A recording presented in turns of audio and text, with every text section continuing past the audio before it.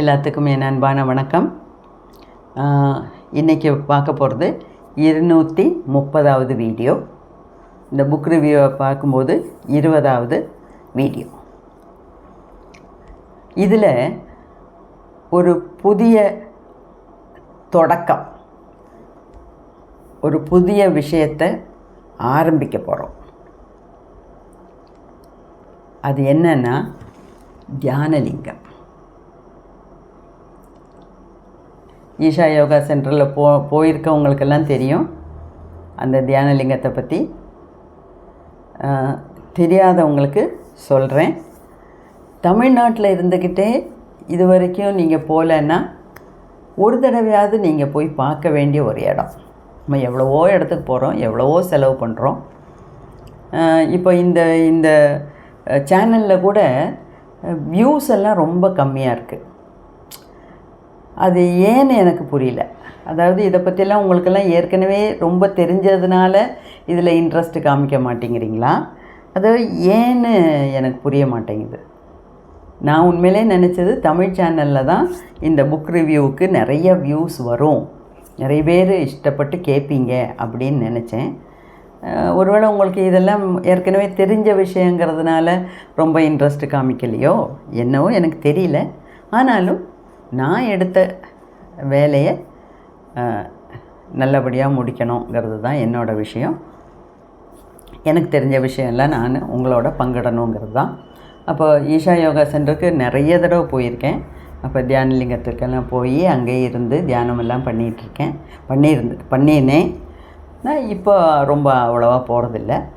இப்போ கூட இதை பற்றி பேசும்போது திருப்பி எனக்கு பழைய ஞாபகம்லாம் வருது. இன்றைக்கி ஆல்ரெடி நான் டிசைட் பண்ணிட்டேன், இன்னொரு தடவை போகணும், ரொம்ப நாள் ஆச்சு போய் இன்னொரு தடவை போகணும் அப்படின்னு மனசுக்குள்ளே ஆசை வந்துருச்சு. பிளான் பண்ணிட்டேன். எல்லாருமே ஒரு தடவையாவது போய் பார்க்கணும், அப்படிப்பட்ட ஒரு இடம் அது. ஓகே, இப்போவும் நம்ம பேசிகிட்டு இருக்கிறது அந்த 90 நாள் ப்ரோக்ராமில் என்ன நடக்குதுங்கிறத பற்றி தான். அப்போ அந்த பார்ட்டிசிபெண்ட்ஸுக்கு ஒவ்வொரு ஜென்மமாக அவர் எடுத்து சொல்கிறாரு. பில்வாங்கிற ஜென்மத்தை பற்றி சொன்னார். அடுத்தது சத்குரு ஸ்ரீ பிரம்மாவோட ஜென்மத்தை பற்றி சொல்கிறாரு. அப்புறம் சிவயோகிங்கிற ஒரு ஜென்மம், அதில் தான் பழனிசுவாமி அவருக்கு முக்தி கொடுத்தாரு அப்படிங்கிறதெல்லாம் பார்ட்டிசிபெண்ட்ஸ்க்கு சொல்கிறார். அப்போது இந்த தியானலிங்கத்தை பற்றி சொல்லும்போது எல்லாத்துக்கும் அதை பற்றின ஒரு ஒரு ஒரு என்ன ஒரு சந்தேகம்தான். சந்தேகம்னு கூட இல்லை, அதை பற்றி யாருக்குமே தெரியல. எல்லாத்துக்குமே அதை பற்றி ஒரு டவுட்டு தான். என்னது அது, எப்படி என்னது அது, தியானலிங்கம்னா என்ன? சிலவங்களுக்கெல்லாம் ஆத்மலிங்கம்னா தெரியுது, ஆனால் தியானலிங்கம்னா யாருக்குமே ஒன்றுமே புரியல. அதில் சத்குரு இந்த ஜக்கி எல்லாத்துக்கிட்டையும் முன்னையே சொல்லிகிட்ருக்காரு, நான் தியானலிங்கம் ஒன்று அமைக்க போகிறேன், ஒரு கோவில் கட்டி அதில் தியானலிங்கம் அமைப்பேன், அது பொதுமக்களுக்கு செய்கிற ஒரு தொண்டு, ஒரு சேவை அப்படின்லாம் சொல்கிறாரு. ஜக்கியோடு இருந்தவங்க நிறைய பேர் அதை கேட்டுட்டு மற்றவங்கள்ட்ட எல்லாம் கேட்குறாங்க, உங்களுக்கு தியானலிங்கம்னா என்னன்னு தெரியுமா, அது எப்படி இருக்குன்னு தெரியுமா, அது எப்படி செய்கிறாங்கன்னு தெரியுமா? அவங்களுக்கு நிறைய அதை பற்றி தெரிஞ்சுக்கணுன்னு ஆசை. யாருக்குமே அதை பற்றி தெரியல. 1-2 பேர் சத்குருவோட கூட இருந்தவங்க திருச்சிக்கு போகிறாங்க. திருச்சியில் ஒரு வயசான ஒரு யோகி இருக்கார். அவர்கிட்ட போய் கேட்குறாங்க, தியானலிங்கம்னா என்னன்னு தெரியுமா உங்களுக்கு, கேள்விப்பட்டிருக்கீங்களான்னு. அவர் சொல்கிறாரு, தியானலிங்கங்கிறது ஒன்று உண்டு, ஆனால் அதை படைக்கிறதுக்கு, அதை செய்யறதுக்கு அதோட சிருஷ்டிகர்த்தா, அதை படைக்கிறவன் ஒரு கிரகஸ்த யோகியாக இருக்கணும். ஒரு கிரகஸ்த யோகியால் மட்டுமே அந்த தியானலிங்கத்தை படைக்க முடியும் அப்படின்னு சொல்கிறார். கிரகஸ்த யோகினா என்ன? யோகினாலே நம்ம ஆசிரமத்தில் இருக்கவங்க, இல்லைன்னா ஏதாவது ஒரு தனி மூலையில் காட்டில் போய் தவம் பண்ணுறவங்க, இல்லைன்னா ஹிமாலயாஸில் போய் தவம் பண்ணுறவங்க அப்படின்னு நம்ம நினைக்கிறோம். இப்போ ஜக்கியை பொறுத்த வரைக்கும் 25 வயசுலேயே என்லைட்டன்மெண்ட் ஆயாச்சு. அதுக்கப்புறம் கல்யாணம், அதுக்கப்புறம் குழந்தை, அதுக்கப்புறம் ஆசிரமம், இந்த மாதிரியெல்லாம் நடக்குது. அப்போ ஜக்கி வந்து ஒரு சாலிட் எக்ஸாம்பிள். கிரகஸ்த யோகி.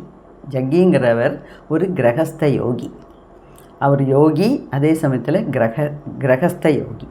கல்யாணம் பண்ணி குழந்தையோட குடும்பம் நடத்திட்டுருக்கவர். அது அப்படி கேட்டுட்டு வந்தாங்க அவங்க.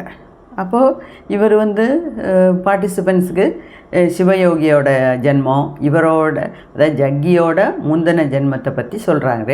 சிவயோகியோட ஜென்மம், அதில் தான் பழனிசாமி வந்து அவரோட குரு பழனிசாமி எப்படி குச்சியால் ஆக்ஞா சக்கரத்தை தொட்டு முக்தி கொடுத்தாரு. அந்த முக்தி கொடுக்கறதோட கூட அவரோட குரு ஜக்கிக்கு ஒரு பெரிய பொறுப்பையும் கொடுத்துட்டு போயிருக்கார். என்ன பொறுப்பு? தியானலிங்கத்தை உருவாக்குற பொறுப்பு. அதாவது சரியாக சொல்லப்போனால் பழனிசாமிக்கு தான் தியானலிங்கத்தை உருவாக்கணுங்கிற ஆசை. ஆனால் பழனிசாமியால் அதை பண்ண முடியல. நம்ம இதெல்லாம் ஏற்கனவே பார்த்தாச்சு இல்லையா?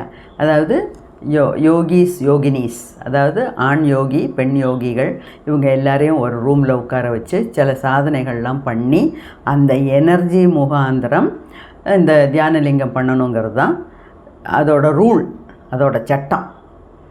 ஆனால் அந்த இந்த இந்த லேடிஸு ஜென்ஸ் எல்லாம் ஒரே ரூமில் கதவை அடைச்சிட்டு எதெல்லாம் பண்ணுறாங்கங்கிறது பொது ஜனங்களுக்கு பிடிக்கல, எதிர்க்கிறாங்க. அப்படி தான் இந்த பழனிசாமி எல்லாத்தையும் எடுத்து எறிஞ்சிட்டு போகிறார். வேகமாக போய் அந்த வெள்ளியங்கிரி மலையில் போய் பயங்கர கோபத்திலேயாக்கும் அவர் அந்த 7 சக்ராஸ் வழியாக அவரோட உயிரை விடுறார். அதுதான் அந்த 7 மலையிலையும் வெள்ளியங்கிரி மலையிலையும் இப்போவும் அந்த எனர்ஜி அப்படியே துடிச்சிக்கிட்டு இருக்கு. ஓகே, அப்போது அதை பற்றியெல்லாம் அப்போது அவரோட இப்போ ஜக்கிக்கு அவரோட குருவோட ஆசையை நிறைவேற்றணுங்கிறது தான் அவருக்கு இந்த ஜென்மத்தில் கொடுக்கப்பட்ட ஒரு பெரிய பொறுப்பு. அதை செஞ்சாகணும். அது இவரோட குருவுக்கு கொடுக்குற கைமாறு அப்படின்னு நினைக்கிறார். அதுக்காக தான் அதே சமயத்தில் அப்போது ஜக்கி எல்லாத்துட்டையும் ஓப்பனாக சொல்ல ஆரம்பிச்சிட்டாரு. நான் வந்து 42 வயசு வரைக்கும் தான் இருப்பேன். அதுக்கு நான் இந்த ஜென்மம் எடுத்தது ஒவ்வொருத்தவங்க ஒவ்வொரு அவங்கவுங்க ஜென்மம் எடுத்ததுக்கு பல ஒரு உத்தேசம் இருக்கும், ஒரு நோக்கம் இருக்கும். நான் இந்த ஜென்மம் எடுத்ததுக்கு நோக்கம், நான் என்னோட குருவின் ஆசைப்படி தியானலிங்கத்தை படைக்கணும், பொதுமக்களோட நன்மைக்காக ஒரு தியானலிங்கத்தை உருவாக்கணும். அது ஒன்று தான். அதுக்காக தான் நான் இந்த ஜென்மமே எடுத்திருக்கேன். அந்த வேலை முடிஞ்சோடனே நான் போயிடுவேன் அப்படிங்கிற மாதிரி சொல்லிகிட்டே இருக்கார். அப்போது இதெல்லாம் சொல்லும்போது தியானலிங்கம் உருவாக்குறது தான் என்னோட முதன்மையான கடமை அப்படின்னு சொல்லும்போது அதை முதல்ல எதிர்த்தது அவரோட ஒய்ஃப் விஜி. அவங்க என்ன சொல்கிறாங்க, நீங்கள் சொல்லி நான் எல்லா சாமியையும் விட்டுட்டேன், சாமி கும்பிட்றதெல்லாம் விட்டுட்டேன், கோயிலுக்கு போகிறத விட்டுட்டேன், இப்போ நீங்களே கோயில் கட்ட போகிறேன் அப்படின்னு சொன்னால் அது எந்த விதத்தில் நியாயம்? நீங்கள் எதுக்கு அப்படி பண்ணக்கூடாது அப்படின்னு அவங்க சொல்கிறாங்க.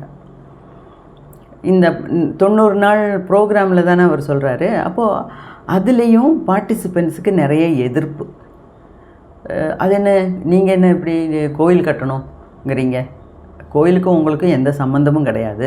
சாமி கும்பிட்றத பற்றியோ ஸ்லோகத்தை பற்றியோ கோயிலில் பூஜை பண்ணுறத பற்றியோ எதுவுமே உங்களுக்கு தெரியாது, உங்களுக்கும் அதுக்கு சம்மந்தமே இல்லை. நீங்கள் எப்படி கோயில் கட்ட முடியும்? அதுக்கு ஒரு ஸ்கூல் கட்டுங்க, ஒரு பள்ளிக்கூடம் கட்டுங்க, ஒரு பெரிய ஆஸ்பத்திரி கட்டுங்க. உங்களுக்கு பொதுஜனங்களுக்கு நன்மை செய்யணும்னு தானே ஆசை, இந்த மாதிரி பண்ணுங்க அப்படின்னு பல விதமான அபிப்பிராயங்கள் பார்ட்டிசிபெண்ட்ஸுக்கு இடையிலே வருது. அப்போது ஆனால் அவர் ஜக்கி 100% உறுதியாக இருக்கார். நான் இந்த ஜென்மம் எடுத்ததே என்னோட குருவோட ஆசையை நிறைவேற்றணும், தியானலிங்கம் உண்டாக்கணும், உண்டாக்கிட்டு போயிட்டே இருக்கணும், அவ்வளோதான் என் வேலை அப்படிங்கிறதுல உறுதியாக இருக்கார். இப்போது இந்த ஈஷா ஃபவுண்டேஷன் ரெஜிஸ்ட்ரேஷன் பண்ணும்போது ஒரு இடம் வாங்கினா ரெஜிஸ்டர் பண்ணோம் இல்லையா, அந்த ஈஷா ஃபவுண்டேஷன் ரெஜிஸ்ட்ரேஷனுக்காக ஜக்கி போகும்போது ஜக்கி கூட 6 பேர் இருக்காங்க. அந்த 6 பேரையும் பார்த்து இவர் திருப்பி திருப்பி கேட்குறாரு, இந்த பாருங்கள் ரெஜிஸ்டர் பண்ணுறோம், என்னோடய வேலைங்கிறது வெறும் ஆசிரமம் கட்டுறது மட்டும் இல்லை, அதை விட முக்கியம் எனக்கு நல்ல ஒரு கோயில் கட்டி அதில் தியானலிங்கத்தை பிரதிஷ்டை பண்ணணும், என்னோடய குருவோட ஆசையை நிறைவேற்றணும், அதுக்கு தான் இந்த ஜென்மம் எடுத்திருக்கேன், அதுக்கு நீங்கள் 6 பேரும் நீங்கள் எனக்கு உறுதுணையாக இருப்பீங்கள்ல, என் கூட கடைசி வரைக்கும் இருப்பீங்கல்லன்னு திருப்பி திருப்பி கேட்குறாரு. அவங்க இருப்போம் நாங்கள் இருப்போம் அப்படின்னு சொல்கிறாங்க. ஆனால் அவர் ஜக்கி திருப்பி சொல்கிறாரு, இந்த பாருங்கள், ஏன் இப்போ நீங்கள் பார்க்குற முகம் இல்லை, நான் பலவிதமான முகமூடிகளை அணிஞ்சிக்கிட்டு இருக்கேன், முகமூடி எல்லாத்தையும் எடுத்துருவேன், நான் ஒரு மிஸ்டிக் இன் மஃப்டி, நான் ஒரு மிஸ்டிக் இன் மஃப்டின்னா தெரியும்ல, போலீஸ்காரவங்களாம் அவங்க யூனிஃபார்மை கட்டிட்டு சாதாரண ட்ரெஸ்ஸில் நம்மளை மாதிரி இருக்கும்போது மஃப்டியில் இருக்காங்க அப்படிம்பாங்க. அது மாதிரி நான் ஒரு பெரிய ஞானி, ஆனால் மஃப்டியில் இருக்கேன், பலவிதமான முகமூடிகள் எனக்கு இருக்குது. இப்போ அதெல்லாம் மாறும், அப்போது எங்கூட கடைசி வரைக்கும் நீங்கள் இருப்பீங்கல்லன்னு. இது ஏன் அப்படி கேட்குறாருன்னா, இந்த பழனிசாமி, அவரோட குரு பழனிசாமிக்கு தியானலிங்கம் செய்ய முடியாமல் போனதுக்கு காரணம் அவருக்கு பப்ளிக்கோட சப்போர்ட் இல்லை. சொசைட்டியிலேருந்து சப்போர்ட் கிடச்சிருந்தா அவரும் அப்போவே பண்ணியிருந்திருப்பார். அவர் இந்த கதவெல்லாம் மூடி மற்றவங்களையெல்லாம் வச்சு சாதனையெல்லாம் பண்ணும்போது மற்றவங்களுக்கு சந்தேகப்படுது. அப்படி தான் பல ஜென்மங்களில் இவர் துரத்தி அடிக்கிறாங்க. ஓகே, அப்போது நீங்களாம் இருப்பீங்கல்லன்னு கேட்குறாரு. ஜக்கியும் அப்பப்போ அவரோட பல குணங்களை காமிக்கிறாரு, பலவிதமான முகமூடிகளை மாற்றுறாரு. அதாவது யார் இது யாருன்னே மற்றவங்களுக்கு புரிய மாட்டேங்க, அதாவது மற்றவங்களால ஈஸியாக புரிஞ்சிக்க முடியாத அளவுக்கு அவரோட குணங்கள் செய்கைகள்லாம் மாறிட்டே வருது. முன்னெல்லாம் ஆளுங்கள்கிட்ட நல்லா பேசினார், சாஃப்டாக இருந்தார். இப்போ அப்படி கிடையாது. கோபம், மனசில் தோணுனதை டக்குன்னு சொல்கிறது, இப்படி அப்பப்போ குணம் மாறுது. இது எல்லாமே ஆளுங்களுக்கு, அந்த பார்ட்டிசிபெண்ட்ஸுக்கெல்லாம் ரொம்ப புரியாத ஒரு புதிராகவே ஆயிட்டு வராரே அப்படின்னு நினச்சிக்கிட்டு இருக்காங்க.